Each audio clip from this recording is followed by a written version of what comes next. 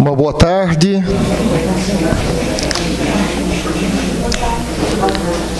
Gente, tudo bem? Boa tarde. Repetindo, boa tarde. Não é auditório, mas é só para estar falando. Ó, vamos começar? Bem, estamos entrando praticamente na reta final deste nosso curso livre, em que estamos focando o golpe de 2016 e todos os seus desdobramentos, né? Numa conjuntura bastante complexa, tanto do ponto de vista internacional, são várias peças no tabuleiro sendo mexidas simultaneamente, né? Uma próxima a nós, em que tivemos a eleição do Maduro na Venezuela, e que está já provocando uma série de mexidas nas peças do tabuleiro, de tal forma a provocar uma crise que leve à intervenção no país vizinho, né? E nós estamos em plena crise política em nosso país, né, com o agravamento da crise política, com a greve dos caminhoneiros, uma greve que começa com os caminhoneiros autônomos e que neste momento é engrossada pelas transportadoras que estão liberando seus caminhões e seus caminhoneiros para engrossar o movimento. Para quem tem um pouco mais de idade, né, vai se lembrar dos indicativos e dos significados que a palavra lockout tem, em termos de provocar um acirramento e aguçamento da crise, cujas consequências são imprevisíveis, né? Num tabuleiro em que o rei, ele não existe, né? A figura do rei, ela é descartável a qualquer momento, né? E como fica essa movimentação de peças e num momento conjuntural em que todas as cartas das saídas históricas estão postas, né? Podemos ter a efetivação de eleições, que, na minha opinião, dificilmente ocorrerão, né, na minha análise teórica, tá? Até a possibilidade crescente de uma intervenção, né? Teríamos eleição se as forças conservadoras tivessem um candidato que se viabilizaria nas urnas. Este nome, ele não desponta, né? Não há nenhum nome em vista. E, particularmente aqui na nossa universidade, também o momento conjuntural, ele é complexo, né? Com ampla mobilização da comunidade universitária em vista do projeto privatista do governo do Estado, que vem a longo curso, né, e que vem nos espremendo por cortes orçamentários simultâneos, com impossibilidades de reajuste salarial. A situação dos trabalhadores de nossas universidades públicas estaduais está bastante grave, vem se agravando com o achatamento salarial que vem a longo tempo. E nesse momento nós temos a categoria dos funcionários organizados no STU em greve, né? Vou passar em seguida a palavra para o companheiro, camarada Mike, para estar dando o informe sobre o movimento. Hoje nós tivemos a assembleia da Dunicamp. Na Dunicamp, a movimentação é de ampliar a mobilização da categoria docente na universidade, né? A categoria docente vem num processo de desmobilização muito forte e é necessário que ela venha sofrer um processo de rearticulação de forças. E a Assembleia de hoje decidiu, no bojo desta mobilização, pela paralisação na próxima terça e quarta-feira da próxima semana. Os alunos da pedagogia tomaram a decisão de iniciarem um processo de greve em apoio à greve dos funcionários. Enfim, está toda uma conjuntura que torna-se cada dia mais complexa, porque implica em agudizar as contradições a nível interno, né? Mike, por favor.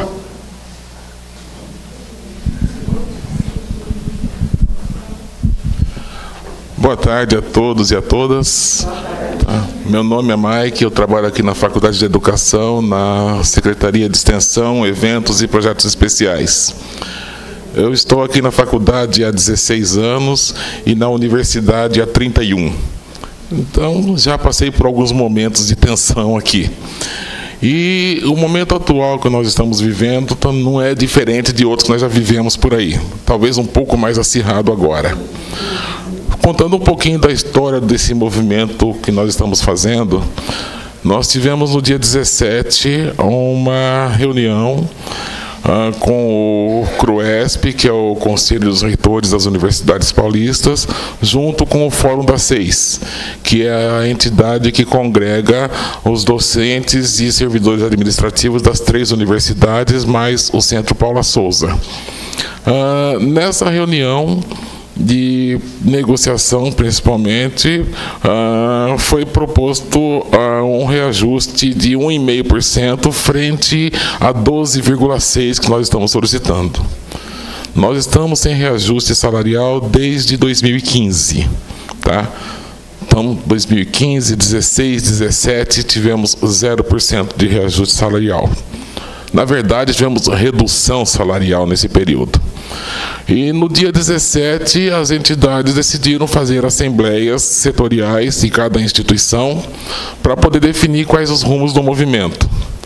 Nós aqui, servidores técnicos administrativos da Unicamp, no dia 18 fizemos uma assembleia e nessa assembleia do dia 18 decidimos deflagrar uma greve contra esse ataque que estamos recebendo, não só por questões salariais, mas contra o ataque às universidades públicas. Esse desmonte que está acontecendo e esse sucateamento que estamos sentindo por aí. Nós não temos tido reposição, não só salarial, mas reposição de funcionários administrativos. Nós estamos envelhecendo, nós estamos aposentando e alguns estão morrendo. E não há reposição desde então. Na época que eu vim para a Unicamp, nós tínhamos 14 mil servidores. Hoje estamos com menos de 7 mil. O número de edificações e de serviços prestados só veio crescendo nesse período. E os servidores administrativos têm sido reduzidos tempo a tempo. O ano passado, 2017, tivemos por volta de 400 pessoas que se aposentaram dentro da universidade. Isso de técnico administrativo. E nenhum deles foi reposto. Os que estão ficando sobrecarregados. Estão cada vez mais adoentados e sofrendo pressões de todos os lados. Que onde existiam 4 funcionários trabalhando, hoje tem 2, e esses 2 têm que trabalhar por 4. Tá? Muitas vezes as pessoas trabalham além do seu horário normal. Eu, por exemplo, tenho chegado aqui às 9 da manhã e ido embora às 11 da noite quase que todos os dias, principalmente nesse momento de greve. Então, a nossa luta é por melhores condições de trabalho, o reconhecimento e contra o desmonte das universidades públicas do Estado de São Paulo. Que a gente sabe que é um projeto vindo já do próprio governo de sucatear para que no final, olha, não temos mais condições de sustentá-las, vamos ter que privatizá-la. Então a gente tem acompanhado todo esse movimento que está sendo feito e a nossa briga é essa. Nós temos aqui um calendário de lutas. Hoje tivemos uma reunião com o setor jurídico do nosso sindicato, explicando o que está acontecendo no momento, quais são as nossas reivindicações, nossos direitos e nossos deveres. Aqui na faculdade, nós temos aqui praticamente todo o pessoal quase que parado. Nós tivemos aqui, vocês viram que para poder abrir o salão nobre, ligar o som, são funcionários administrativos que fazem isso. Tá? Eu vim pessoalmente para poder tentar fazer alguma coisa e, na verdade, a gente tem isso, esse sucateamento que a gente é contra. Tá? E agora os reitores simplesmente não vão à luta para aquilo que é de direito. Nós temos uma cota orçamentária vinda do governo de 9,57% do ICMS, que é distribuído entre as 3 universidades.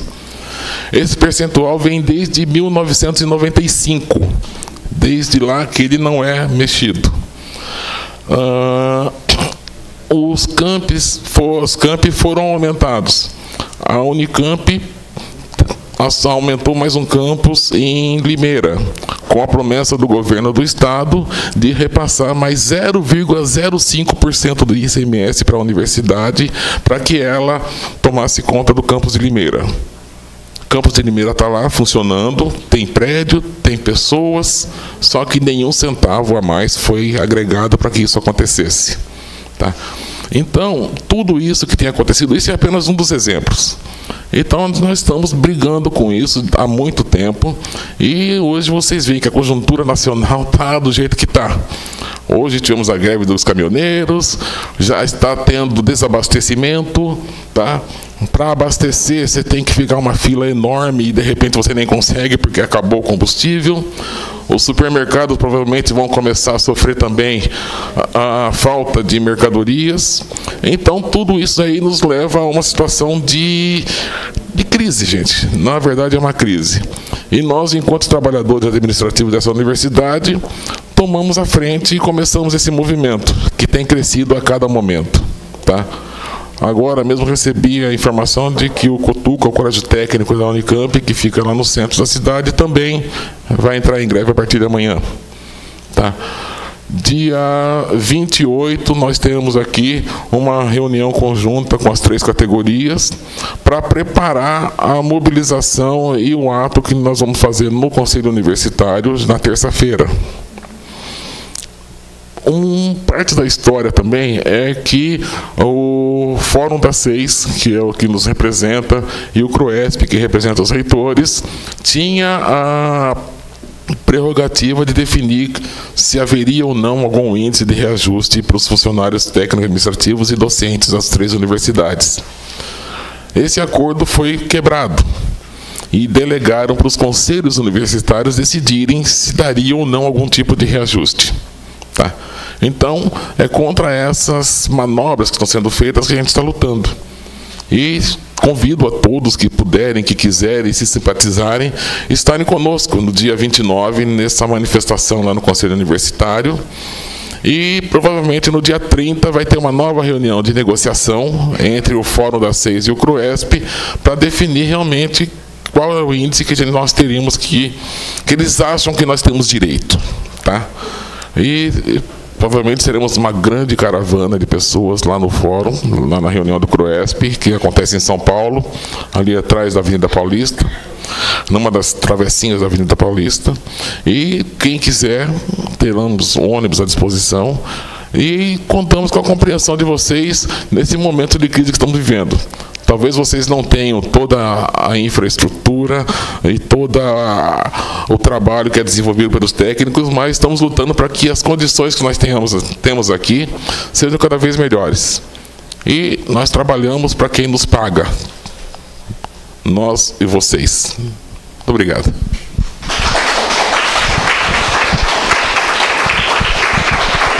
Bem, eu solicitei ao Comando de Greve a inclusão do nosso curso livre nas atividades antes de mobilização e agora de greve. O Comando encampou esta nossa essa nossa atividade como parte integrante do movimento, e é por isto que está realizando, e com a palavra aberta aos nossos companheiros de luta na universidade. Bem, hoje no nosso curso nós teremos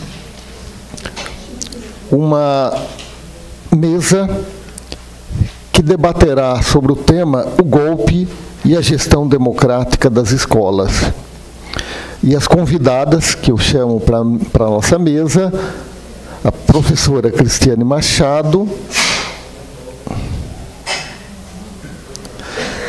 e a professora Mara Regina Giacomelli.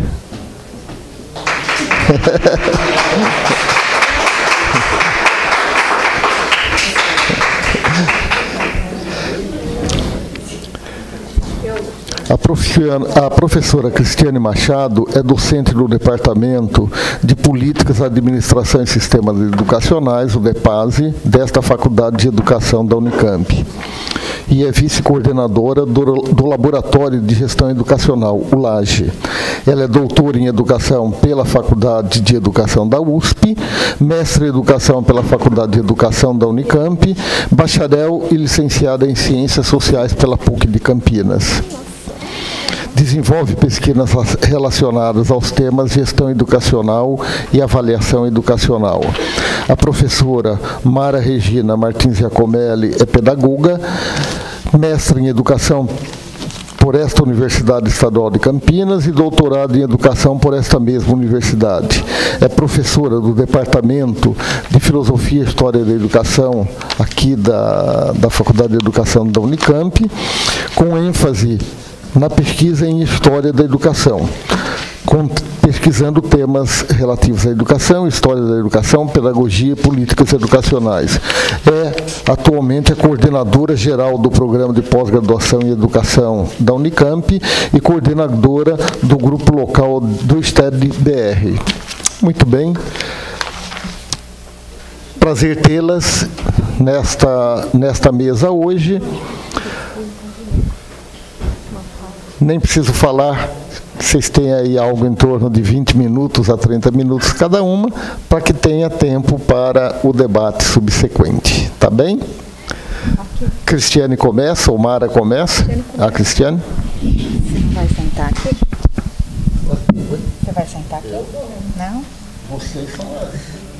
Ah, viu, Mara? Boa tarde. Obrigada, professor Zezo, pela apresentação. E eu quero começar agradecendo a oportunidade, né, de poder dialogar com vocês, estar aqui com a Mara, uma colega querida de trabalho e que, com certeza, também tem muita contribuição para a gente poder fazer um diálogo sobre esse tema de hoje. Eu quero agradecer muito a oportunidade. Sempre que a gente debate, são momentos muito importantes e significativos, mas esse em especial, que a gente pega o recorte do debate, que é o golpe de 2016, tendo em vista as consequências e as implicações que esse golpe produziu e continua produzindo na sociedade, nos aspectos políticos, econômicos, sociais, educacionais, se torna ainda mais significativo a gente estar podendo debater esse tema aqui, né, Mara? Então, eu quero agradecer muito a oportunidade. E quero dizer que eu pensei eu organizei assim uma fala para a gente poder dialogar, né, para a gente poder conversar e aproveitar, inclusive, que a gente pode fazer isso ainda, né? A gente não sabe até quando, então a gente tem que, né, aproveitar a exaustão esses momentos de diálogo. Por isso que eu tentei fazer algo bem sucinto para a gente poder debater mesmo, né?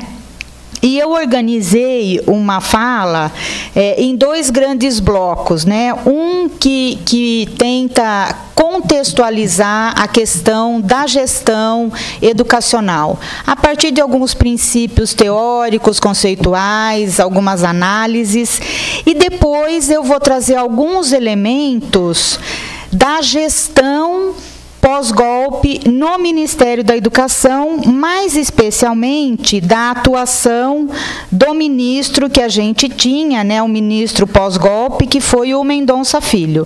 Porque o ministro que está agora, também o ministro Mendonça Filho era um ministro tampão, mas esse é um tampão do tampão, né? Então, a ideia é a gente falar um pouco da gestão do Ministério sob a batuta do ministro Mendonça Filho, principalmente porque junto com ele estavam as pessoas mais ligadas ao PSDB, que eram as pessoas que davam o tom, né, e dão ainda, né, na política educacional pós-golpe. Para falar sobre essa questão mais da gestão pós-golpe, eu vou usar algumas referências aqui que elas foram obtidas por meio de um levantamento que foi feito pela minha orientanda de mestrado, a quem eu quero agradecer profundamente, que é a Larissa Barbosa Ferreira.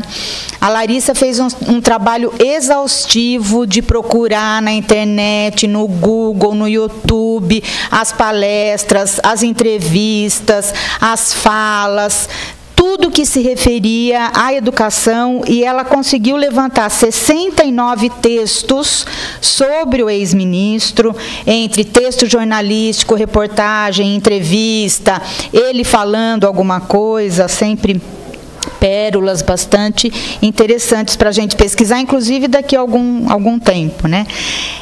Ela levantou também 37 artigos sobre o golpe em sites e blogs, né? E 15 artigos no Cielo e também no banco de periódicos da CAPES, né? Então, isso já mostra para nós que tem sido esse momento bastante produtivo do ponto de vista de reflexão e análise. Tem sido produzido bastante artigos, bastante textos que fazem uma reflexão sobre esse momento, né? Então, eu quero agradecer a Larissa, que possibilitou que eu pudesse traçar algumas linhas gerais, porque como o tempo é curto, né, algumas linhas gerais da atuação do ministro frente ao Ministério da Educação, depois do golpe de 2016, na perspectiva da educação em relação à gestão educacional. Mas antes de entrar nesses pontos, que eu entendo que são os pontos principais para a gente discutir a gestão educacional, eu acho que nunca é demais a gente retomar aqui e afirmar que foi golpe, né, gente? A gente sabe que foi golpe, né? A gente discute que foi golpe, mas nunca vai ser tarde, nunca vai ser demais a gente afirmar que em 64 foi golpe e que em 2016 foi golpe, né? E eu gosto de afirmar, e eu gosto de afirmar também usando algumas afirmações para a gente poder falar que foi golpe, porque senão parece que é uma postura pessoal, né, de alguns interesses, né, e algumas imersões políticas que a gente tem antes, inclusive, do golpe, né? Então, acaba ficando como uma opinião pessoal.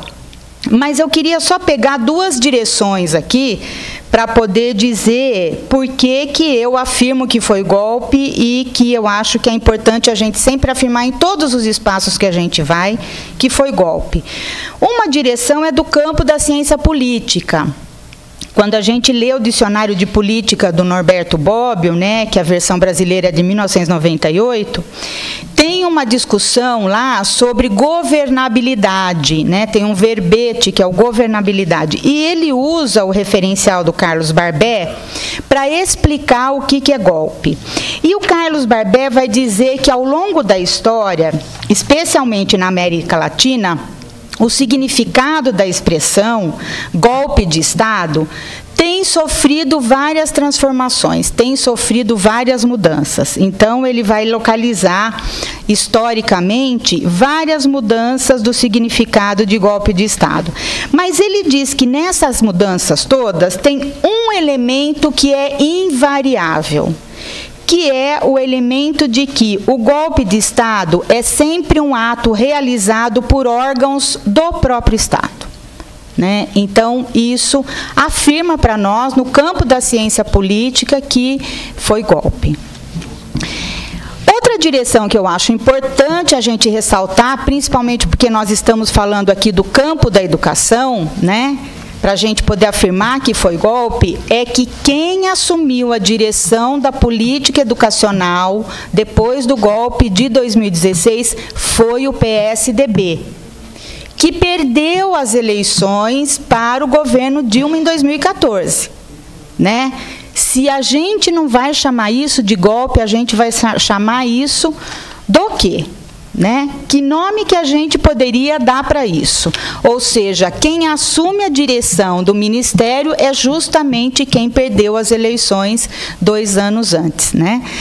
E aí o PSDB representado principalmente na figura da Maria Helena Guimarães de Castro, né? Que é uma figura histórica, uma representante histórica do PSDB na área da educação, esteve todo o governo do FHC à frente do INEP, junto com o Paulo Renato, que foi, durante os 8 anos do governo FHC, ministro da Educação, né? Então, essas duas, né, direções, essas duas dimensões só, né, a gente poderia citar várias outras, que eu acho que nos habilitam, nos permitem afirmar que foi golpe e que nós temos sempre que dizer isso, principalmente nós que estamos na educação, né? Porque o fato do PSDB ter assumido tão diretamente a política educacional, a condução da educação no país, depois do golpe de 2016, isso faz com que nós, da área da educação, tenhamos ainda mais responsabilidade em denunciar esse golpe que foi nos dado a partir de 2016.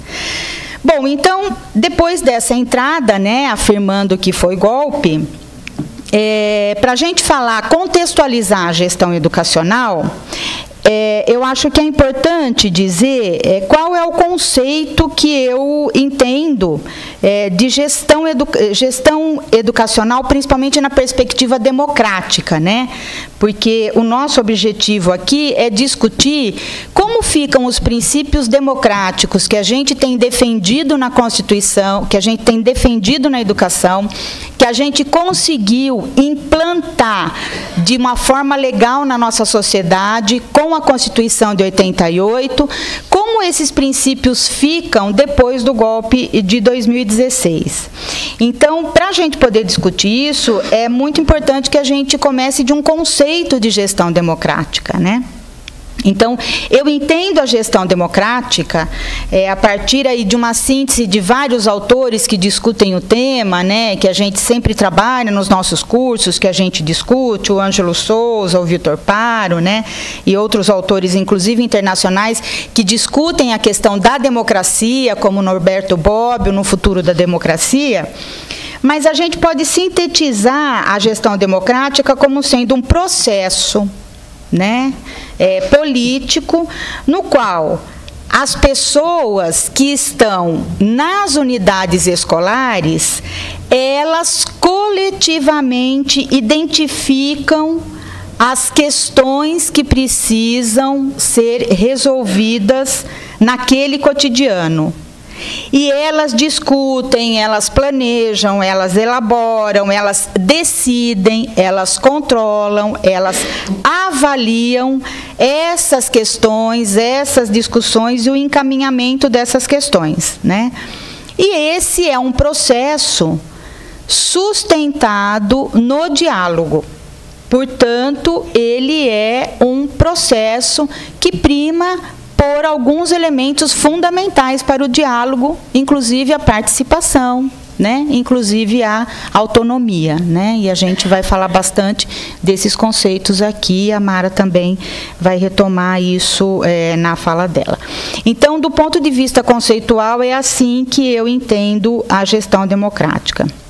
Do ponto de vista legal, o que nós temos no Brasil em relação à gestão democrática, né?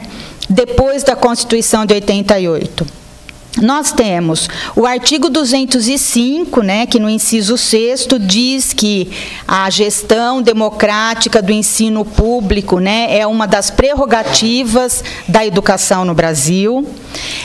Esse artigo é retomado na LDB, no artigo 3º, no inciso 7º, e, mais recentemente, o Plano Nacional de Educação, o Plano Nacional 2014-2024, ele retoma a questão da gestão democrática na sua meta 19. Então, o Plano Nacional de Educação, ele busca garantir, mais uma vez, né, aquilo que já estava garantido na LDB, aquilo que já estava garantido na Constituição, que é a gestão democrática da educação. E ele vai dizer assim na meta 19, qual é o objetivo da meta? Assegurar condições no prazo de 2 anos para a efetivação da gestão democrática da educação associada a critérios técnicos de mérito, desempenho, a consulta pública à comunidade escolar, no âmbito das escolas públicas, prevendo recursos e apoio técnico da União para tanto. E ele estabelece, o Plano Nacional de Educação, 8 estratégias para que essa meta seja atingida.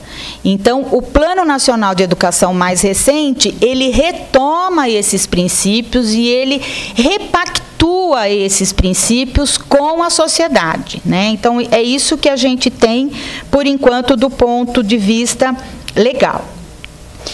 Esse movimento legal é um movimento local, né? É um movimento da nossa história, da Constituição da nossa história brasileira, aqui, especialmente na área da educação, né? A gente veio de uma ditadura, né? E os anos 80 foi uma década com uma luta bastante aguerrida em torno da redemocratização, que culminou nessa Constituição Federal, que o Ulisses Guimarães, quando foi promulgar a Constituição, ele a apelidou de Constituição Cidadã, né? E até hoje a gente trata ela historicamente assim, se bem que eu não sei mais se ela continua sendo, inclusive, Constituição, porque cidadã ela já perdeu faz um tempo, né?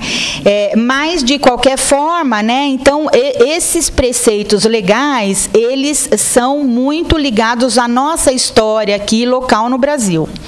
Mas durante o movimento da década de 80 aqui no Brasil, que culminou com a Constituição Federal de 1988, a Constituição Cidadã, a gente teve um movimento global mais amplo, né, que é um movimento em outra direção, um movimento de reestruturação do capitalismo por causa da crise que nós estávamos vivendo, principalmente a partir da década de 70, com a crise do petróleo, né? Então a Europa e os Estados Unidos começam a se reorganizar do ponto de vista de estrutura capitalista para poder conseguir dar continuidade ao processo de produção da sociedade capitalista que estava se exaurindo naquele momento por conta de todas as forças que estavam fragilizadas com a crise iniciada na década de 70. O Ricardo Antunes, ele vai dizer que o nosso sistema capitalista é assentado no tripé, capital, trabalho e Estado, né?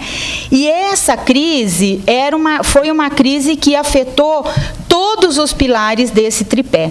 Então, foi preciso, naquele momento, uma reestruturação geral para que a gente pudesse, para que o capitalismo pudesse continuar sobrevivendo e que ele pudesse continuar, inclusive, explorando para que a sua sobrevivência tivesse mais fôlego, né? Então, nós tivemos uma reestruturação em nível global e essa reestruturação, ela vai identificar com o momento de reestruturação das relações de trabalho, alguns conceitos que até então eram conceitos que a gente utilizava para discutir a questão da democracia na educação, né? Então, alguns conceitos como autonomia, nesse momento de reestruturação do trabalho, passam a ser importantes. Então, o toyotismo, por exemplo, ele prega que a gente deve levar para as empresas empresas, os princípios da autonomia, os princípios da flexibilização, os princípios da participação, mas não como a gente entende na gestão democrática, que é em defesa da autonomia e da emancipação das pessoas, mas em defesa do aumento do lucro das empresas, em defesa do fortalecimento do capitalismo, porque eles percebem que as relações de trabalho, do jeito que elas eram instauradas, elas estavam totalmente esgarçadas, elas precisavam ser ressignificadas. E elas começam a ser ressignificadas a partir de conceitos e ideias que a gente também tem utilizado na gestão democrática, só que com outros objetivos, né? Enquanto eles ressignificam a participação e a autonomia para poder aumentar o lucro das empresas capitalistas, a gente quer autonomia, a gente quer participação, porque a gente quer que as pessoas sejam emancipadas política, social, cultural, inclusive na educação. Então, a gente tem princípios diferentes, mas nós estamos falando, principalmente dos anos 90 para cá, de conceitos muito parecidos, de conceitos muito semelhantes. Nesse sentido, o professor Licínio Lima, ele vai dizer que existe uma cooptação, né? Com essa reestruturação, existe uma cooptação de conceitos e de termos que a gente usa na educação. E aí ele vai dizer o seguinte, né? Que os conceitos de autonomia, comunidade educativa, projeto educativo, continuam a ser convocados, até com maior frequências, mas como instrumentos de uma política de modernização e racionalização do trabalho. Então, nós estamos vivendo um momento que a professora Evelina Dagnino vai dizer que é de uma grande perversidade, porque nós temos uma confluência de um projeto neoliberal com o projeto democrático em relação a essa semântica, em relação a essa terminologia, né? E isso fica muito evidente em relação à gestão democrática. Nesse sentido, a gente tem vários estudos que estão sendo divulgados mais recentemente, porque esse é um contexto dos últimos 20 anos, né? Então, os estudos eles começaram a ir para a escola para tentar perceber como se dá esse movimento nas relações escolares, nas relações de trabalho dentro da escola e na gestão dentro da escola. Esses estudos eles são dos últimos 10, 15 anos, mas nós temos vários estudos mostrando como as escolas têm vivido um tensionamento entre essas duas perspectivas desses conceitos muito semelhantes. Então, nós temos, de um lado, a gestão democrática do ponto de vista legal, e nós temos, de outro lado, uma gestão democrática, por exemplo, no estado de São Paulo, que é promovida pelo próprio governo a partir de um programa do governo estadual que ele criou de gestão democrática, né?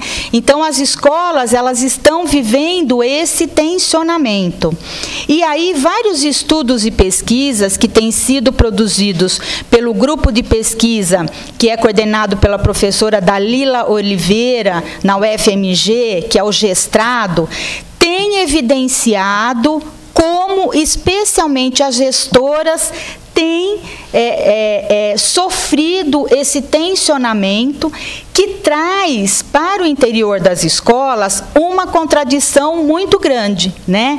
Ao mesmo tempo que nós defendemos a participação como um princípio inalienável da gestão democrática, o projeto neoliberal defende a participação também, mas com o objetivo de produzir determinados resultados que são as metas que eles esperam que sejam alcançadas na educação, né? Então, aí a participação é para produzir determinado resultado, enquanto na gestão democrática a participação é uma valorização do processo, né?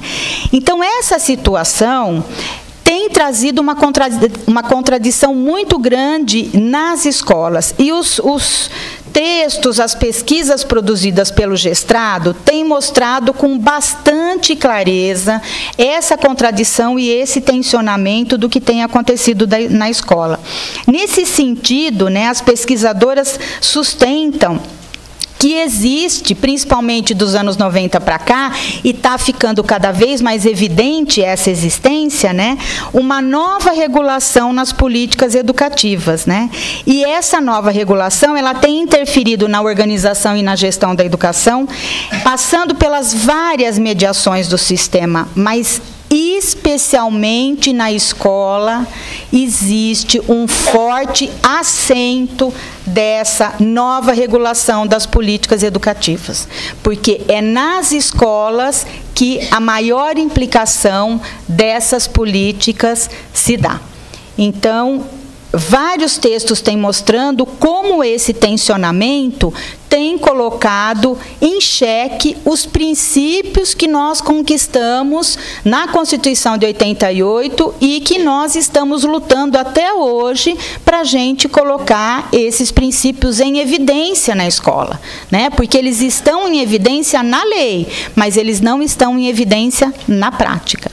Então, o nosso contexto é um contexto ainda de luta pela gestão democrática, porque se nós conquistamos a gestão democrática do ponto de vista legal, se ela foi repactuada do ponto de vista legal, de novo, no Plano Nacional de Educação, ela ainda tem pouca ressonância nas relações nas escolas, né?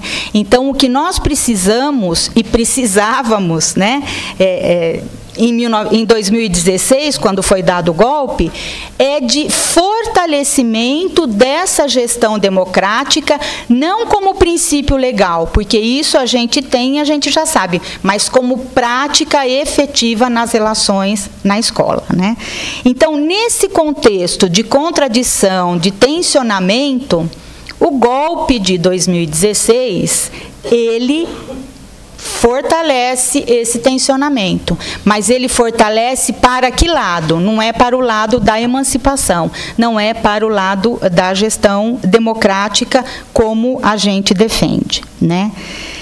Então, alguns elementos que a gente pode afirmar que o golpe não nos ajuda no processo de fortalecimento da gestão democrática, ao contrário, né?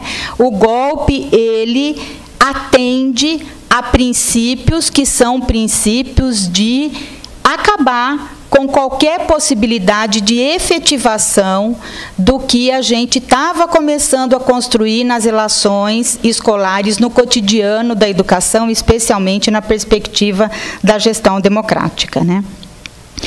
Por exemplo, o ministro, ele assume em 2016 e logo no começo da sua gestão, ele já dá evidências de que ele rechaça qualquer tipo de participação.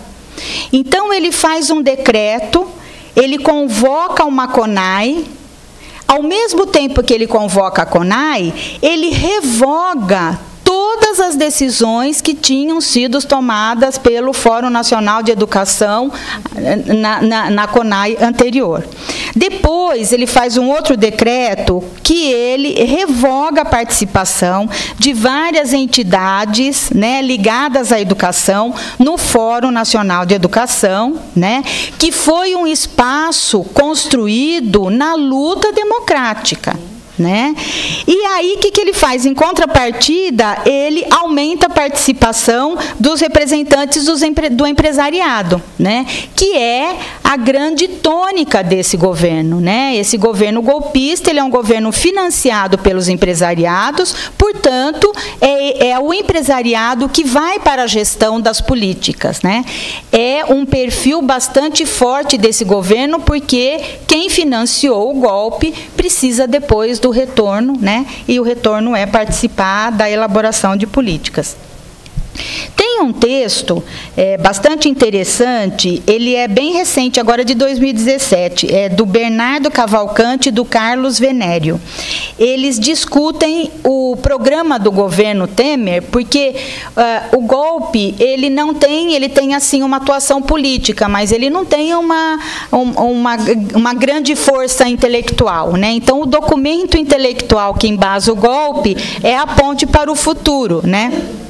Do Itamar, olha só, do Michel Temer, né?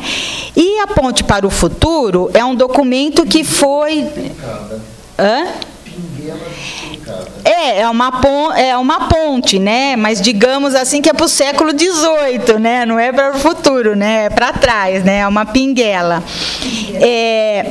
E é um documento que foi divulgado em 29 de dezembro de 2015, né, o precursor do golpe. Depois desse documento foi aquela cartinha que ele mandou para Dilma. Vocês lembram, né? Que bonitinha a cartinha, que ele reclamava que ele sempre foi um vice decorativo, né?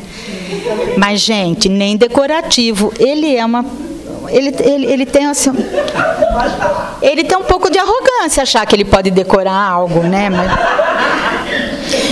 Anfã, né? Mas assim, antes da cartinha, ele divulgou a Ponte para o Futuro. Mas esse texto é bastante interessante, esse texto do Bernardo Cavalcante e do Carlos Venério, porque eles pegam o texto, né, da Ponte para o Futuro e eles estudam o texto. E aí eles jogam o texto num software que chama TagCrowd, que produz aquelas nuvens de palavras, né, que a gente vê em alguns gráficos agora, né? E aí, olha, eles dizem que o texto tem 6.630 palavras. Na nuvem, a palavra que mais aparece é fiscal. Então, é muito interessante olhar essa nuvem de palavra que aparece fiscal, primeiro, grande, logo na frente, né? Porque a nuvem de palavra, quanto maior a palavra, mais ela aparece, né?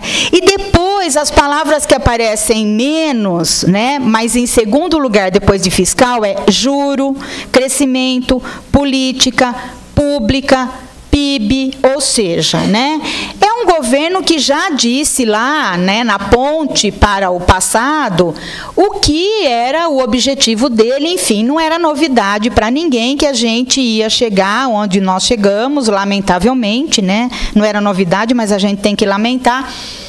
E eu acho, inclusive, que nós demoramos, né, para chegar aonde nós chegamos. Mas, enfim, a Ponte para o Futuro já mostrava qual era o futuro que ele estava sinalizando, né? Era uma preocupação com a questão fiscal, né, a questão dos juros, como resolver isso, ou seja, não tinha absolutamente nada a ver com as conquistas que a gente tinha amealhado até então e muito menos com os princípios que a gente tinha conseguido, às duras penas, validar na Constituição de 88 de gestão democrática, né? Então, o ministro, ele já assume rechaçando a participação por esses exemplos. Bom, outras evidências, né? O ministro faz a reforma do ensino médio por medida provisória, 22 dias depois que ele assumiu o cargo. Quer dizer, ele rechaçava tanto a participação que ele rechaçava até a participação dos seus colegas, que foram os colegas que deram o golpe, né, da Assembleia e do Senado, porque nem para discutir ele foi discutir para fazer com que a reforma do ensino médio fosse aprovada por lei, né? Então, foi aprovada por... Agora ela foi aprovada por lei, porque ele sofreu tanta crítica, né, que aí ele fez um projeto e encaminhou, mas a primeira foi aprovada por medida provisória, né?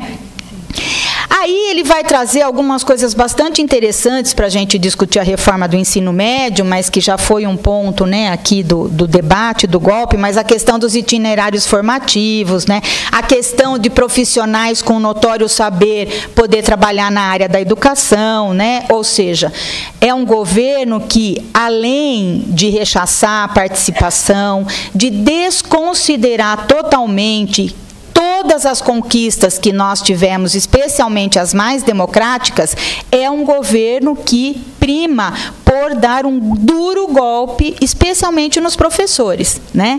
Do ponto de vista da reforma do ensino médio, traz, né, essa figura que são os profissionais com notório saber, né, que é todo mundo, né? Todo mundo, qualquer um, né? Na BNCC, o que o governo faz? O governo, ele diz como os professores devem trabalhar, né? Qual é a forma de trabalho que os professores devem ter? E olha que interessante, com autonomia, mas autonomia dentro do quê? Dentro daquilo que está decidido que é o que o professor pode fazer. Então, além de tudo, tem esse duro golpe aí para nós, né, professores. Bom, em relação aos números, olha que interessante, porque aí hoje, né, a gente olha 2 anos depois do golpe, teve até comemoração e foi bastante interessante, vocês viram, né? O Brasil voltou 20 anos em 2. Realmente, né?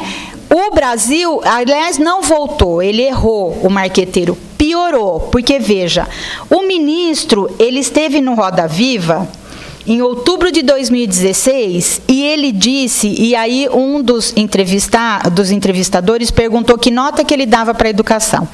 E ele falou assim que ele dava nota 5, porque uma educação, um país que tem 1,7 milhão de jovens fora do ensino médio, que não estudam e nem trabalham, a famosa geração nem, né? Não pode ser um país com nota mais que 5. Isso em 2016. O IBGE, agora, no dia 18 de maio, tem uma reportagem no G1 da Ana Carolina Moreno, com dados da PNAD do IBGE. Gente, a geração nem de 2016 para 2017 aumentou 1,2%. Nessa época que ele dava nota 5, porque o governo ele vinha de uma política que não era boa para ele, né? Nessa época ele disse que não era boa, mas a gente tinha 21,8% da população entre 15 e 29 anos que não estudavam e nem trabalhavam. Em 2017, esse número vai subir para 23%. Né? Então, isso mostra, né, são os dados, quer dizer, a gente sabe que é um governo do golpe, que não deu certo, né? E nós estamos vivendo aqui os momentos que o Zezo explanou aqui na abertura, reforçam isso, mas inclusive os dados do próprio IBGE já estão mostrando as tragédias anunciadas para a geração jovem do país desse golpe, as suas consequências e as suas implicações, né? Olha, para terminar, né, porque eu quero ouvir a Mara aqui, eu só queria ressaltar que nesses estudos todos aqui que a minha orientanda fez, a Larissa, né, que eu quero de novo agradecer muito aqui, ela trouxe uma reportagem bem curtinha, assim, mas que é muito interessante para a gente entender, assim, um pouco o sentido das pessoas do golpe por dentro do golpe, né? Que foi quando ele saiu do Ministério da Educação, agora no dia 28 de março, ele deixou o Ministério porque ele vai ser candidato. Lá em Pernambuco, olha que coisa boa, né? O Mendonça Filho. Então, ele agradeceu o presidente... Pernambucanos. Olha que coisa boa, né? Ele vai ser candidato. E sabe por que ele vai ser candidato? Ele vai ser candidato porque ele acredita que ele deixou um legado na educação. Senhor das almas, né? Mas, enfim, ele vai agradecer e ele vai dizer o seguinte, que, olha, o período que ele esteve à frente do MEC foi o mais instigante e desafiador dos 30 anos de vida pública dele, né?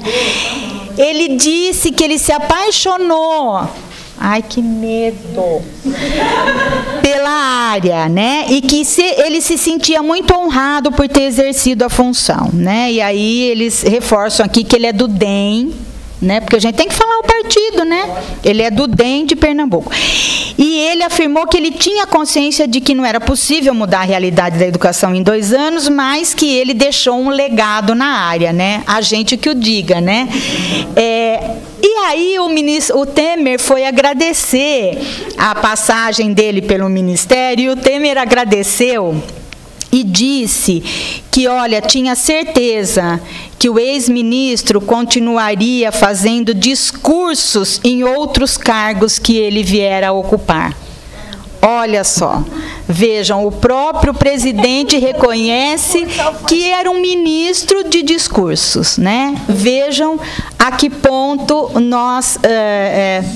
enfim, chegamos, né, mais com esperança de que a gente possa sair desse lugar, né, porque nós já saímos várias vezes, né, esse não é o único momento que a gente tem na nossa história, né, de refluxo da democracia.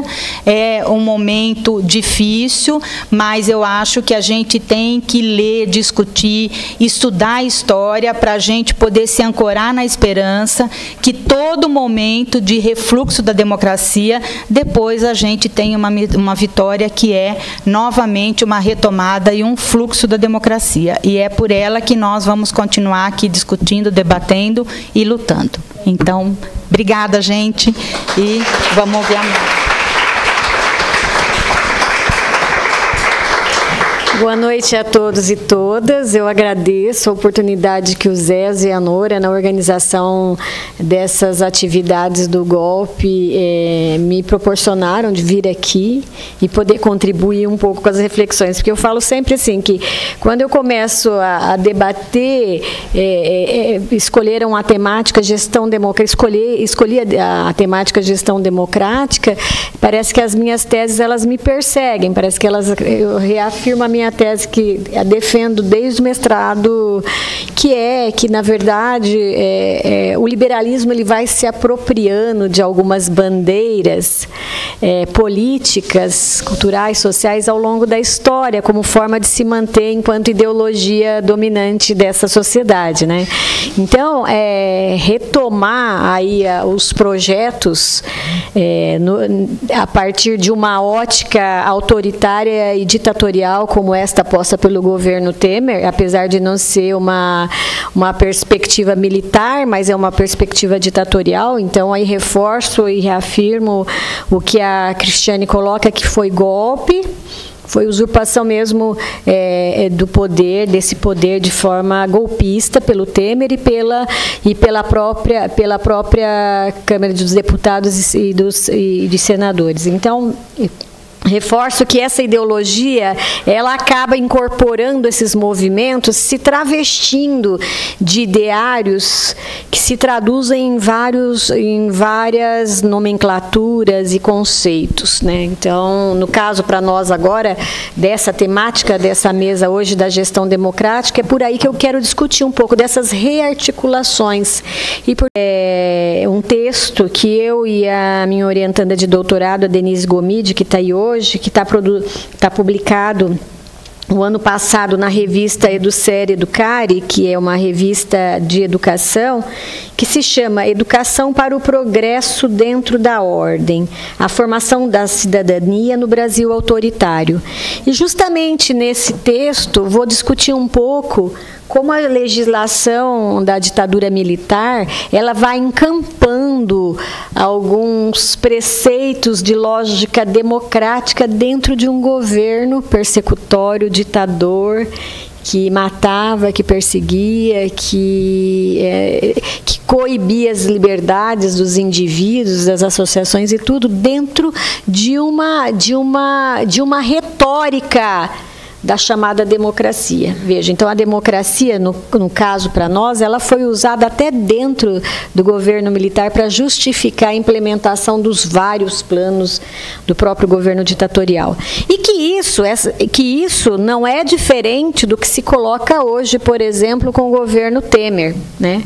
O próprio Temer, ele vai se apropriar desse ufanismo da ditadura, adotando para o novo contexto o velho slogan, ordem e progresso, né? Aquele mesmo, ordem e progresso, que tem relação direta com o lema está posto dentro da ponte para o futuro, adotado pelo governo, né? Então, veja, ele retoma, vocês lembram que a primeira coisa é retomar a ordem e progresso, né? Então, aquele ufanismo.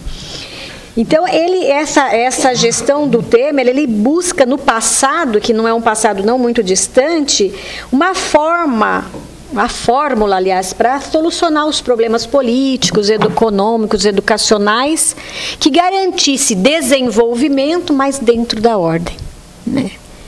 Tudo isso é travestido pelo debate da chamada democracia, né, da democracia. Tudo isso, qualquer documento que vocês pegarem do governo Temer, dos seus ministros, todos eles estão esposados pelo respeito à democracia, pela liberdade dos indivíduos, pela liberdade de escolha, todas as bandeiras liberais colocadas como bandeiras liberais fundamentais para garantir a democracia na sociedade.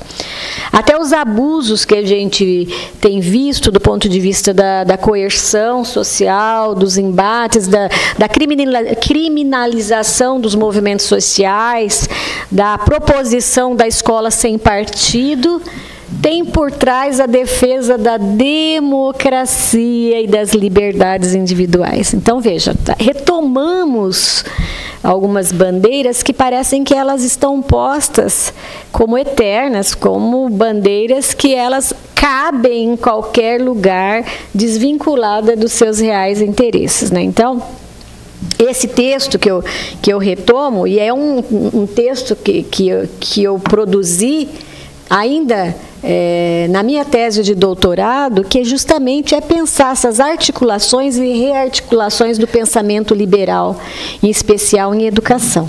E quando se trabalha com essas articulações e rearticulações da ideologia liberal, sob o capitalismo, a bandeira da democracia, a bandeira das liberdades individuais, a bandeira da autonomia, a bandeira da propriedade, etc., são bandeiras caras para essa ideologia, que elas precisam ser garantidas a qualquer custo sob o capitalismo.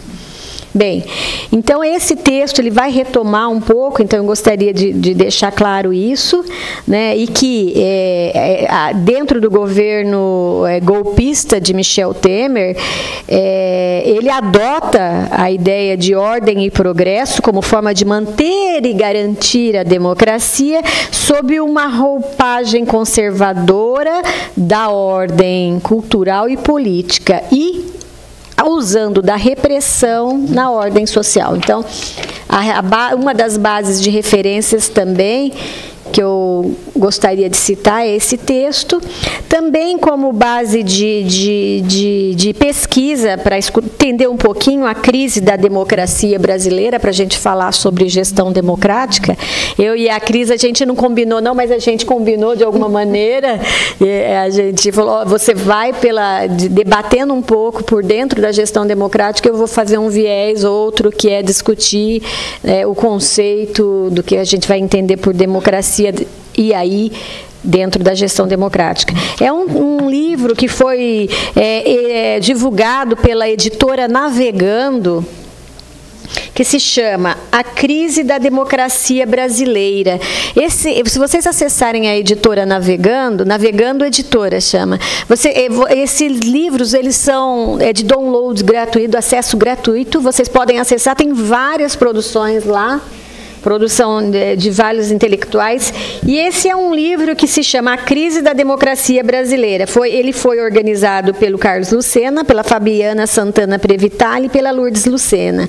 Nós temos aí dentro, na produção desse livro, Dermerval Saviano, José Claudinei Lombardi, José Luiz Sanfelice, Steven Mizaros, Ricardo Antunes, Giovanni Alves, Selma Venco, Raquel de Almeida Moraes, Paulino José Orso, Luiz Bezerra Neto, Júlia Malanchen, Antônio Antônio Bosco de Lima, José Eduardo Fernandes, Cristiane Betanho, Marcos Roberto Lima, Silson César Fagiani, Robson Luiz de França, Patrícia Vilém, Fábio Reis dos Santos, Silvia Alves dos Santos, Alexia Pádua Franco, Diva Souza Silva, Ivanise Riubig de Andrade, Rafael Duarte Oliveira Venâncio, Vanessa Matos dos Santos, Vinícius Durval Dorne, Ana Elises Paulonze Queiroz Assis. Então, você tem vários autores sobre várias abordagens teóricas, o recorte, na verdade, da ciência olhando para o debate sobre a crise da democracia brasileira. Então, também serve para a gente que está tentando entender esse momento com o golpe instaurado em 2016, vale a pena colocar como que isso se deu, como que esse golpe em 2016 instaura uma crise profunda na chamada democracia aqui no Brasil. E também, para entender como, então, esse golpe de 2016, ele instaura um governo extremamente autoritário e que não respeita a produção das várias entidades e movimentos sociais, não respeita o diálogo com essas entidades e movimentos na construção de um projeto coletivo de educação. Eu tomei um texto do Gilson Reis, que foi produzido na Carta Educação, em que ele vai dizer que desde a década de 80 que a década de 80 instaurou um movimento muito grande pelo Brasil afora em prol da redemocratização do país. E falar em redemocratização era falar também em democratização da educação. E democratizar a educação era a gente aprovar o que já foi aprovado ao longo de todos esses anos, como a Constituição de 88, a chamada Constituição Cidadã, instaurar os fóruns de debate sobre educação, como como foi criado as várias CONAIs, os CBS, primeiro os CBS, depois os CONEDs, depois CONAI. Então, ou seja, para se falar em democratização, era necessário esse debate com as várias representações e entidades vinculadas à educação. E que após, então, esses 30 anos de promulgação da Carta Magna, nós estamos vendo vivendo um retrocesso muito grande, porque justamente hoje, dia 24, se inicia a Conferência Nacional Popular de Educação, lá em Belo Horizonte, que ela toda se tentou desmontar essa conferência justamente pela extinção do FNE, justamente do Fórum Nacional de Educação. E quando o MEC incorpora dentro dele esse fórum, ele descaracteriza todo o processo de construção democrática de uma pauta, de um debate. Então, ele instaura de forma aí, foi muito interessante que a Cris trouxe isso no governo do Temer, através do nosso ministro da Educação, o Mendonça Filho, como ele autoritariamente ele vai desmontando esses vários espaços de debates que foram construídos a duras penas no processo de redemocratização do país a partir da década de 80, né? Então, esse texto é um texto interessante, que é do Gilson Reis, que ele está na Carta Educação e que ele acaba colocando que é necessário, então, a partir que ele vai fazer a defesa do CONAP, que é necessário retomar essa conferência para se instaurar, eles até chamam educação se constrói com democracia, ou seja, se restaurar as bandeiras democráticas, que foi um movimento conquistado na década de 80, perdido com o golpe de 2016. Então, é importante também deixar registrado que hoje inicia-se a CONAP e que o próprio título Educação se constrói com democracia explicita esse momento de autoritarismo e de indução de políticas educacionais via uma gestão de educação do governo Temer que se faz de forma extremamente autoritária e indutiva, né? Sem considerar todo um arcabouço de debate que os movimentos sociais e as entidades vinculadas aos educadores construiu ao longo da história, né? Bem, e para mostrar também como que essa característica autoritária se coloca, e por isso que hoje em dia, por mais que pareçamos assim, é algo que é senso comum, tentar se pedir, assim, pelo menos uma base mais próxima do que a gente pode dizer de democracia, porque depois eu vou também trabalhar por que a gente também vai falar o que a gente pode entender de mais próximo de democracia, é uma base teórica que eu me apoio num texto da Ellen Wood, que chama-se Democracia contra o Capitalismo. Então, eu quero dizer, por que a gente tem que mostrar que essa é uma perspectiva extremamente conservadora e autoritária? Justamente para tentar resgatar aqueles princípios lá atrás um pouco, do mínimo de democracia. E aí, para isso, para entender um pouco como é autoritário, eu fiz uma busca não muito longe, até pelo trabalho que eu desenvolvo junto com a ANPED, enquanto coordenadora do Fórum de Coordenadores de Pós-Graduação da Região Sudeste, que estou atuando como coordenadora nesse espaço, e muito vinculado à ANPED. E lá na ANPED, se você pegar, por exemplo, as manifestações que a ANPED faz e assina e divulga, você percebe que a partir de 2016 é muito claro, as manifestações que aparecem, é muito clara do autoritarismo e dos cortes e do embate que as associações e os educadores estão fazendo com esse governo temeroso, né? Por exemplo, em 2017, um dos manifestos que estão muito lá é uma carta que ela vai ser divulgada ela é proposta pela SBPC e mais 115 associações científicas que são afiliadas à SBPC, que coloca da grave situação que nós estamos enfrentando no país, com o contingenciamento de recursos que foi imposto pelo governo Temer à ciência e tecnologia no país. Então, nós tivemos um corte brutal em torno de 48% de recursos em ciência e tecnologia. Então, como a gente vai ter um país que se desenvolva com um corte desse?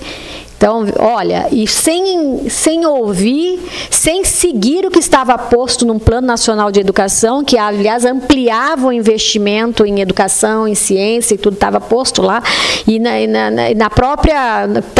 nos próprios acordos firmados com o governo, ou seja, retirou, no caso da educação, retirou da pauta a questão do pré-sal, quando o pré-sal seria totalmente voltado para o financiamento da educação e da saúde, ele retira essa prioridade. Então, veja, há um corte brutal, não só em educação, mas em toda a ciência e tecnologia, de desenvolvimento de ciência e tecnologia no Brasil. Então, para vocês verem, sem debate, sem nada, encanetada no orçamento, a partir do momento em que ele instaura, que isso era o grande temor, em que ele instaura as metas fiscais, que era em 20 anos não se poder mais investir, ou seja, nós paramos, nós estamos num processo de retrocesso, nós voltamos 20 anos em 2 anos. Então, e aí nós vamos ter 20 anos sem investimento, se permanecer, der continuidade ao governo temeroso. Bem, outro manifesto que a gente pode visualizar, e eu fui pontuando alguns, porque são vários, que mostra, na verdade, evidencia o autoritarismo. E é a questão do manifesto da ANPED contra a criminalização das lutas de estudantes e servidores em defesa da escola pública e pela gestão democrática nas instituições de ensino. Pipocaram pelo Brasil afora os embates que nós tivemos com alunos, com a criminalização de alunos, de docentes, com perseguições. O mais próximo nosso agora são as perseguições que estão tendo na UFSCar, primeiro com a disciplina do golpe que eles estavam oferecendo e agora depois com os alunos que estavam fazendo a greve por conta do aumento absurdo que se teve com a questão do RU deles. Então, a reitoria está numa perseguição atroz contra o movimento estudantil. Então, há um processo de criminalização dos movimentos sociais muito forte ocorrendo a partir de 2016.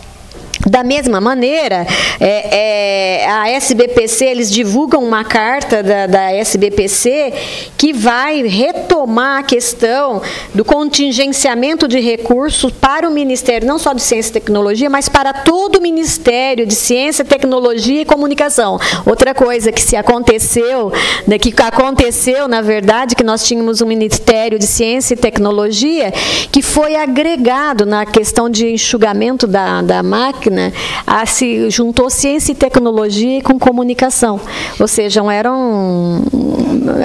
a questão, o fim de cada ministério eram completamente díspares, ou seja, essa junção, e também passou por um processo de crítica muito grande, que as pessoas colocavam, teve em 2016, fica Ministério de Ciência e Tecnologia, as pessoas mudaram as fotos nos perfis no Facebook, vocês lembram que todo um movimento nas redes sociais contrária a essa junção, porque é um retrocesso, porque juntaram-se, diminuiu o investimento em ciência e tecnologia e se deu uma forte ênfase à questão da comunicação. E é lógico que valorizando o quê? Sempre a iniciativa privada. Nesse ponto, a Cristiane abordou muito bem, o governo de Temer, não que os outros governos não fizeram isso, porque também nós temos que fazer a nossa meia-culpa, também os governos eleitos dentro do PT também estiveram em parceria com a iniciativa privada, mas até então sempre se teve um diálogo muito grande com os movimentos sociais e com as entidades representativas. Havia o diálogo, em constante diálogo, muitas vezes se retrocedeu em muitas decisões em função desse diálogo. Ou seja, por mais que a democracia ela era uma democracia restrita, que depois a gente vai entender por quê, mas esse diálogo ele não era perdido no governo anterior de Dilma, e depois anterior ainda com Lula, que se perdeu completamente com o Temer, né? Então, essa junção aí do Ministério da Ciência e Tecnologia com Comunicações foi a verdadeira aberração para a produção da ciência e tecnologia no Brasil. Da mesma maneira, se você olhar na página da ANPED, você vai ver a divulgação da carta justamente pelo desmonte feito em 2017 do ministro da Educação ao Fórum, ao FNE e à própria CONAI de 2018. Na medida em que desmonta o FNE, desmonta a CONAI 2018, que é aí esse debate que está colocado, né? Então, esse decreto que o nosso colega ministro da Educação, não, colega não é nosso colega não, né, gente? Não. Ele quer ser nosso colega, que ele adorou a área, né? Ele se apaixonou, ele não é nosso colega, né? Eu considero assim que é uma aberração aquele homem se colocar no campo da educação e legislar em prol da educação. Foi um decreto, veja, foi um decreto que não ouviu, que definiu o desmonte tanto do Fórum quanto da CONAI, né? Então, lá, se vocês olharem a página, vocês vão ver como que esse movimento autoritário ele se reflete. E depois também, no âmbito da pós-graduação, já agora mais próximo, em 2018, que não acabou, que isso aí parece que é um contínuo, né? Enquanto que esse governo estiver aí, nós vamos estar sofrendo o tempo todo um viés autoritário, foi a carta, a nota pública da ANPED à CAPES, que se intitulava Preocupações sobre mudanças silenciosas nas políticas para a pós-graduação brasileira, né? Se vocês acompanharam, nós estamos tendo assim uma indução muito forte das políticas para a pós-graduação, em especial que essa indução se dá pelo financiamento, extinguindo editais de abertura de mais universais, ou seja, que nós todos possamos pleitear recursos da entrada deles, induzindo para que esse financiamento fosse dado às determinadas editais com características já definidas, né? Então, terminando com o programa de doutorado sanduíche no exterior, retirando bolsas, cortando bolsas, instaurando um modelo de internacionalização para pós-graduação que desconsidera o diálogo que nós temos com os países lusófonos, por exemplo. Qual é a cara dessa internacionalização da pós-graduação? É a cara com a Europa, com os países europeus e norte-americanos, desconsiderando todo o resto. América Latina, algum ou outro, só como Argentina, desconsiderando Colômbia, desconsiderando Caribe, Cuba, nem se pensar. Ou seja, quem não fizer pesquisas nesses países que a CAPES coloca como principais articuladores da pós-graduação em termos de internacionalização, não tem financiamento. Que coisa mais autoritária, né? Bem, então essa foi a última, essa foi uma das últimas cartas que você pode verificar no site da Amped, que evidencia muito bem como que a gente tem sofrido o tempo todo com essa perspectiva autoritária e antidemocrática. Bem, mas aí, eu vou retomar essa questão que a gente está falando o tempo todo da gestão, que isso aí também é falar de gestão, quando a gente está falando dessas políticas, nós estamos falando da forma como eles estão fazendo a gestão da educação no Brasil. E o qualificativo que está na nossa boca o tempo todo, seja para o bem ou seja para o mal, é a questão de ser democrático. Eles também, até na ditadura militar, o argumento para se fazer toda a reforma é porque colaborava com a democracia. Toda a legislação, se você pegar na letra da lei, a reforma da 5692 de 71, era toda ela calcada nos princípios democráticos do liberalismo. Na letra da lei está escrito lá, né? Essa parte que eu vou trazer para vocês, para a gente também pensar um pouquinho como nesses tempos bicudos a gente falar em gestão democrática, esse debate apareceu há um certo tempo num texto que eu produzi coletivamente também, com uma orientanda de doutorado, que hoje é uma doutora, professora da Universidade Federal de Mato Grosso do Sul, quando nós somos convidadas para atuar num curso da educação do campo que se tem na UFSCar. A UFSCar oferece curso de pedagogia do campo. E dentro dele se debatia muito o projeto federal para a educação do campo, que chamava-se Escola Ativa. Né? E dentro da Escola Ativa se propunha o ideário de concepção de gestão, as bases eram a gestão democrática. E nós ministramos um módulo sobre gestão democrática no módulo da Escola Ativa. E aí eu sempre, eu e a Angélica, eu acho que era um debate interessante que saía. Na época a gente estava trabalhando com uma disciplina aqui na pós-graduação, que era justamente sobre políticas educacionais no Brasil. E um texto que eu gostava muito de trabalhar nessa disciplina é um texto da Ellen Wood, uma inglesa, ela faleceu há pouco tempo, que foi uma perda muito grande, que o livro dela chama-se Democracia contra o Liberalismo. Democracia contra Capitalismo.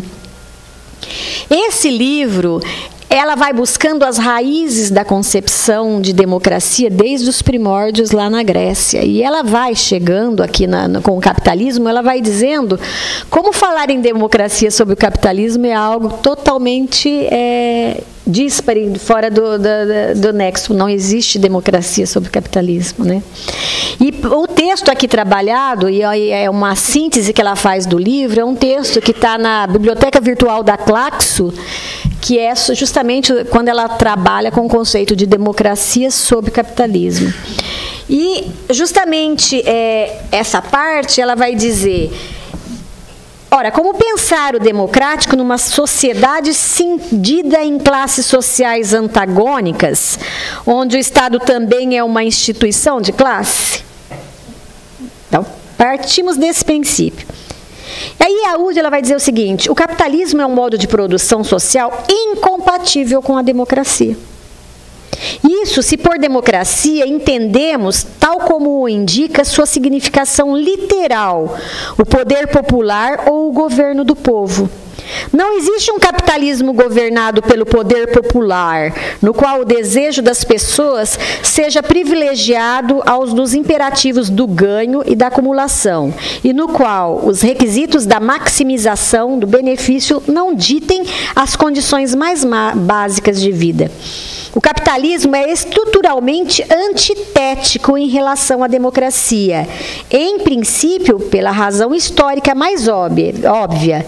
Não existe existiu nunca uma sociedade capitalista na qual não tenha sido atribuído à riqueza um acesso privilegiado ao poder. Quem tem dinheiro tem o poder. Capitalismo e democracia são incompatíveis também, e principalmente porque a existência do capitalismo depende da sujeição aos ditames da acumulação capitalista e às leis do mercado, das condições de vida mais básicas e dos requisitos de reprodução social mais elementares, e esta é uma condição irredutível. Isso significa que o capitalismo necessariamente situa cada vez mais esferas da vida cotidiana fora do parâmetro no qual a democracia deve prestar conta de seus atos e assumir responsabilidades. Toda a prática humana que possa ser convertida em mercadoria deixa de ser acessível ao poder democrático. Isso quer dizer que a democratização deve ir da mão da deve dar a mão para a desmercantilização. Falar em democracia é falar em desmercantilização. Mas desmercantilização, por definição, significa o fim do capitalismo. Segundo a mesma autora, o modelo dominante de democracia esposado pelo capitalismo acaba substituindo a ação política pela cidadania passiva. Ele substitui a ação política pela cidadania passiva, na medida em que enfativa os direitos passivos em lugar dos direitos ativos, evitando assim qualquer confrontação com concentrações de poder social, particularmente se for com as classes dominantes, e, finalmente, despolitizando a política. Então, a Ugin vai dizer que esse modelo de democracia que nós vivemos, ela chama de formal. Esse modelo de democracia, ela é formal. Por quê? Porque o cidadão, enquanto trabalhadores, sob o capitalismo, eles não são separados dos aspectos econômicos. Aliás, eles se separam na hora dessa relação do poder, mas na hora de você atuar, o que se tem é uma tradição intervencionista, é o Estado que atua pelo cidadão. Então, vejam, o que ela chama de democracia formal está totalmente contrária ao que a gente pode chamar de democracia substantiva, que é aquela democracia que o poder social sai das mãos do capital e realmente passa para mãos do povo. Então, para finalizar, falar em democracia é falar, se a gente está pensando no sentido lato da coisa, é falar no fim do capitalismo. Falar em gestão democrática, como falar de gestão democrática sobre o capitalismo? É sabendo dos limites que essa gestão tem. Porque sob o capitalismo a gente só pode atuar dentro de alguns limites. Não que nós devemos abandonar essa bandeira, pelo contrário. Ainda que dentro do limite ela deve ser, enquanto bandeira, se almejar num futuro não muito distante, a democracia no seu pleno sentido, mas ela deve ser almejada aqui dentro desses limites para a gente alcançar lá fora, lá na frente, a democracia plena. Ela, não devemos jogar a criança com a água do banho fora, ela deve fazer parte da nossa bandeira enquanto educadores, mas sabendo dos limites que ela impõe. Por quê? Uma das bandeiras, até comentava com a Cristiane, que a gente não abre mão, até para conseguir essa democracia formal, que está sendo até retirada da gente, essa democracia, é a questão da autonomia. Enquanto nós não tivermos uma autonomia, mesmo que seja uma autonomia limitada, nós não conseguimos avançar no debate. E nem na implementação de um projeto mais diferenciado. Então, defender a educação hoje, defender a gestão democrática, ainda, apesar desses limites de dizer que não há democracia sob capitalismo, ainda almejar um futuro, uma uma sociedade mais emancipada e mais democrática à frente. Eu vou parar por aqui, que eu ia falar mais, mas o Zé já fica com a mão no bolso e mandando eu parar. E aí eu fujo um pouco da lógica do raciocínio. Mas eu acho que é para pensar um pouco também, para a gente colocar isso, para a gente também não ficar numa visão idealista, de uma perspectiva que só se a gente conseguir a democracia, a gente consegue resolver muitas coisas. Sob o capitalismo, até a democracia ela não se realiza. Tá? Obrigada.